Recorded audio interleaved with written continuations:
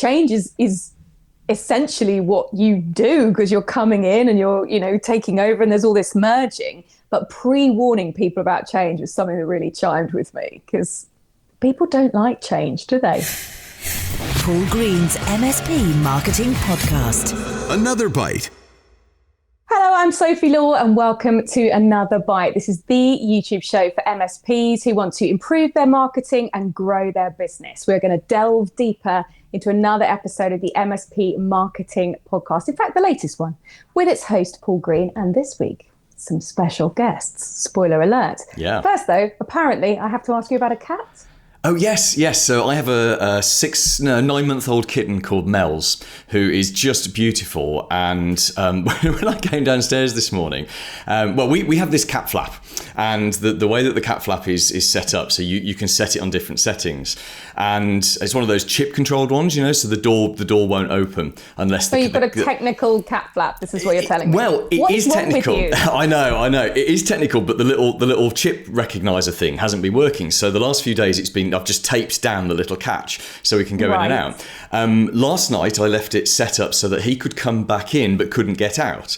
And I forgot to sort of properly lock it. So when I came downstairs this morning, I walked into the room where the cat flap was. There wasn't just my cat there was another cat who I think has possibly spent the whole night sleeping in our house. So I think it came in through the cat flap, couldn't get out again. And I Paul think you Mel's... took another cat hostage. Well, do you know what? He took one look at me and he was like, I've got to get out of here. This isn't my house. Yeah, what's going on here? Trust was one of the things I know we were talking on the podcast this week. But the other thing was internal terrorists, which apparently you are one with cats, just with cats, we should say. Because the idea of engaged staff, I think everybody knows, whatever industry you're in, when you talk about staff that are engaged and staff that aren't, instantly you've got a good mind, haven't you? At least a couple of people who you work with. Yeah, I know absolutely. Who you're talking about. You think I'm talking about you, because you and I have worked together a couple of times, and actually it's true. When we talked on the podcast about 3 levels of staff, about having engaged staff, not engaged staff, and actively disengaged, or the internal terrorists. And I will admit that you have been one of my better employees over the years. Knocking that off my shoulder. Not as good as producer James, who is editing this and who would probably, make you look bad in some way at this point. But yeah, it's really hard to grow a business with when you've just got 3. It's really hard to grow a business with the wrong people. And in fact, our guest who's joining us shortly, Nicholas, I'm sure we'll talk about this because he's got about 15,000 staff now. That'll make the percentage a bit better. But the thing that shocked me was only 1/3 of staff are engaged. Yeah. Is this me that finds that a bit depressing? Like, I'm not expecting you to have to love your job, but come on. Well, I think it depends on the size of the business. So when it's you and 3 people, you've got a much higher level of engagement. I think that the challenge is when it gets to 10, 15, 20 staff. If I think of the business I sold in 2016, we had 15 staff, and I could tell you right now the names of the people who were not engaged. So we didn't have anyone actively disengaged, but we had plenty who were not engaged. Okay, so Antonio, Antonio, that you weren't engaged. Ryan, at the end, you were this close to being fired. And Mario, I would have fired you, but for the fact we were going through due diligence. And again, our special guest who buys businesses will tell us you don't fire someone when you're going through due diligence. Wow. Okay. I'm just thinking about all the litigation we're going to have to go through with that one. I think we should maybe bring Nicholas Ashford in, who is much better at this kind of stuff than you are. That's very true. And will hopefully dig us out of a hole. Because, change, the thing that fascinated me, Nicholas, with what you were talking about in the podcast is that change is essentially what you do because you're coming in and you're, taking over and there's all this merging. But pre-warning people about change was something that really chimed with me because people don't like change, do they?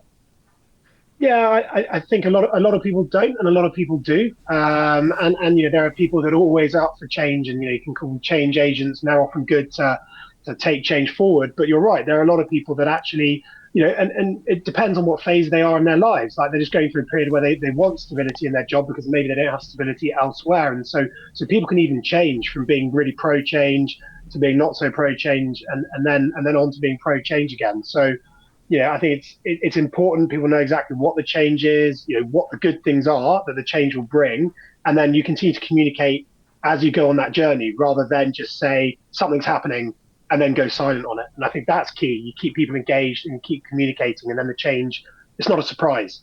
It's a journey that everyone's well informed about. I think that makes it much, much easier. So the other thing that really interested me was about trusting your gut, because I feel like people say this a lot in business. And here's the thing: what if you are starting out, or if you are considering, a move or selling, and you don't, like, how do you learn to trust your gut? What if you don't trust your gut? What do you do then? I think the most simple thing is, first of all, I think there's two things. The most simple thing is find someone who's been there, done it before, who you do trust, and ask them for their gut, and that's one indicator. I think the other one is, if you really don't, then really do the research, look at the numbers, make it really about the quantitative stuff rather than the qualitative stuff, and that gives you a baseline, and then it makes there less scope to kind of wobble if you don't trust your gut. How much do you trust your gut, Nicholas, as you're acquiring businesses and as you're building up this amazing group that you're putting together? Yeah, it's a great question, and I think over time, obviously, as you build up more experience and you work with more people, and you become better and better at trusting your gut. But I really think you have to have, as I said before, there is the kind of the quantitative base. It's the financials, it's the numbers, but then there is the qualitative stuff, which is the gut. And for me, the biggest thing there is the team. But very often you don't get to meet the team, you don't get to meet those people. And so are you buying a quality business with a quality team or not? You kind of have to go with your gut. You've got to meet the owners, the people who are selling their business, get a feel for what they're about. Are they kind of head in the clouds, kind of running around disorganized, or do you think they've got a lot of structure and they build in the right team? So I think that's where the gut really comes in. And so to an extent, it's that's a people side of the business. It's not all just about the numbers, which sometimes people think it is. Well, people brings me on nicely to one of the other things I wanted to ask you about, which is icebergs, or rather the tip of the iceberg versus the bit under the water. Because I know you said that the bit under the water is obviously the biggest bit, and you said the most important bit, but the top is all shiny, and that's the bit that you can see. So how do you stop yourself getting distracted from the shiny bit above the water when you should really be going underneath? Yeah, I think the answer to that is, and if you think about it, actually the shiny bit, the top of the iceberg comes first, because that is actually the deal. So that will always be there, but you always have to have an eye on the rest of it that's coming after. So rather than just going headstrong into a deal, trying to get the deal done, and then at the end of it, you're like, and now what? Start thinking about what we call day one. So the day of the completion. What does that look like? What are you doing with the business? What communications are you doing? Is there a 100-day plan? What are you doing on month 1, month 2, month 3? And so if you've got that plan, before you complete the deal, so whilst everyone's still looking at the shiny iceberg, and even better, if you've done that you've managed to build that collaboratively with people who are in that business, which sometimes is possible, then as soon as it's day one, you hit the ground running, everyone already knows what the plan is, and therefore you've already thought about and figured out how to deal with that big below the waterline iceberg.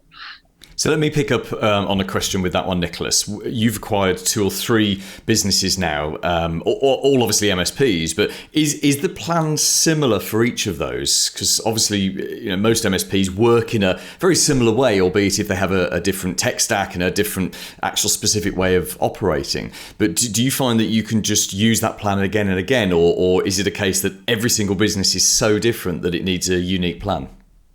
Yeah, so there are a couple of ways to do it, and one way is to say this is the plan, and everything just fits into that. Come hell or high water. But the way we do it is much more considered. So each business we look at individually. There are principles. I'll take an example. Brand and marketing. So you might have that principle. It's going to be the same. It's all going to be the same brand, because then you have one marketing budget. You have better exposure, for example. But that is the principle you start with. But then you find out, let's say, it's a cyber-focused MSP, and actually they've got their own brand name and they've got a very strong brand in that security area. Perhaps you actually want to keep that separate from your main brand because it has strength in itself, and also it differentiates security from non-security. And then so you might decide to keep that. With other ones, it may be a case of no, you just go into master brand because they're doing all the normal, usual MSP stuff. So really, and there's a whole series of things where you have to consider that. And so it is different for each. And the only thing I'd add to that is sometimes you'll look at the business and you'll go, actually, they're doing this, or they're using this system or supplier or whatever way better than the kind of acquiring business. And so actually you take that and you put it in across the group. So it's just always about taking the best of both worlds. What's the best of each business and bringing that together. And that's how we approach it. Yeah, so one more question on that then. When you are bringing businesses together, and it's obviously something that I really like the word roll-up. I don't know why, it's just a nice word. Makes me think of You're thinking of cigarettes. No, you're thinking of cigarettes. Absolutely not thinking of cigarettes. Don't smoke, kids. With the roll-ups, if people are sort of teetering on the edge, or maybe even this is the first time they've even heard about it with you and Rob chatting this week, what are the bonuses? If people sort of think, I don't know, this is my baby, I don't want to give it up. What are the pros of roll-ups, of joining one, of becoming part of one? Yeah, so I think I'll put people into two categories. There are those that want to carry on and be part of it, and there are those that actually want to fully exit. And obviously, for those that want to fully exit, it represents a way to crystallize or realize all the work you've put in for the last 10, 20 years building a business. Because very often it is the pension pot, right? It is the retirement fund as well. So it's a way to essentially step out of the business, realize all that cash ultimately, and set yourself up for retirement and the rest of life or whatever else you want to do. Conversely, for those that want to stay on, it represents the opportunity quite often to take some money off the table. So maybe that's the mortgage sorted out, maybe that's the school fees for children, but also continue in the role. And in some situations leave a slice in as well, so that you're hitching your wagon to a bigger rocket, a bigger vehicle, and it's exciting. And then finally, for some of those people, actually what they want to do is they want to lead great technical teams, or they want to sell, or whatever they're good at. They don't want all the business admin and all that pressure of running a business. So it allows them to step out of that as well. So for the right person, it can be a fantastic opportunity to kind of be more focused on what they want to do. And so if you're listening to all of this and thinking, this guy sounds like he knows what he's talking about, how do I find out more about him? Well, Paul's going to do his sad, stern face, because that means you haven't listened to this week's episode of the MSP, that's terrifying, MSP Marketing Podcast yet. So please go do and listen to that. But in the meantime, Nicholas, give us just a little roundup of what you're doing and how people can get in touch with you. Sure, no problem. So I'm Nicholas Ashford. I'm a partner at Ford House. Ford House is an investment firm, and we're backing Zen Zero to be the leading MSP for SMEs. And we're looking for businesses that want to kind of join the group. From now over the next kind of few years, really. And in terms of contact me, best contact details, my email, and that's njsa@fordhouse.team. And yeah, love to have a chat, coffee, if anyone's interested. Nicholas, thank you very much. It's been a pleasure and a joy, hopefully educational as well, which brings me back to the very uneducational Paul Green. I feel like I might regret bringing up sausages with you, but hey ho, in we go. You talked this week on the podcast about essentially selling the sizzle, not the sausage, which I feel is like a phrase you might even have taught me. I don't know why, I just associate that with you. You are, I hate complimenting you, you are really good at selling the sizzle, not the sausage. So if people are sort of struggling to think about what makes their MSP unique or what their niche is, any tips on the sizzle, not the sausage? Let's keep this professional. Yes. Please. No, I'm being. This is an adult. This is a family production. We all have children in the next room. Listening to this. So yeah. So the concept of sell the sizzle, not the sausage. You're at a hotel. You've had a great night away. You come down in the morning and you walk down into the restaurant. And what you don't do is you don't walk in and say to the waiter, "Excuse me, could I have a bit of gelatin filled with some grated pig, please?" Because that's what the sausage is. I know no one wants that. What you do instead is you walk down and you hear the sizzle of the sausage in the pan, and you smell that gorgeous wafting smell of the sausage, and that's what we buy. We buy the fun and the feel good, and we don't actually buy a bit of grated pig. And it's exactly the same in marketing, which is no one actually buys technology. They don't really buy managed services. They don't buy someone doing it for them. They buy Feel good, relaxation. Oh, okay, I don't have to worry about it. They've got my back. It's all of that kind of thing. And it is a feeling. It's the people that buy from MSPs, ordinary business owners and managers.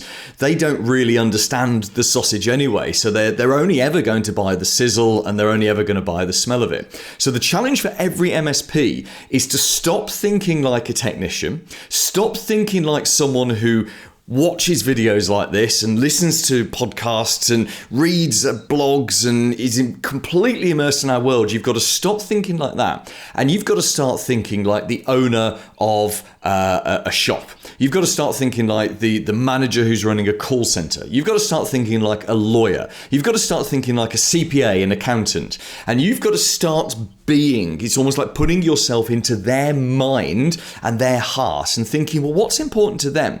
The veterinarian whose computer goes down for an hour means they can't see any animals for an hour. But what if an emergency comes in? What if they can't access drugs or medical records? The animals could die if the computers, that's a real thing. Animals could die if the computers are down and they can't access emergency information. That's what the vet is thinking. The vet is not thinking, oh, isn't it a pain when the computer's down? They're thinking, this is literally a life or death thing. If a CPA loses internet connectivity for 2 to 3 hours and there is zero practice, how are they going to do any work? Because with a zero practice, it's 100% cloud-based. So when you start putting yourself in the point of view of the people you want to reach, suddenly you realize it is only about the sizzle.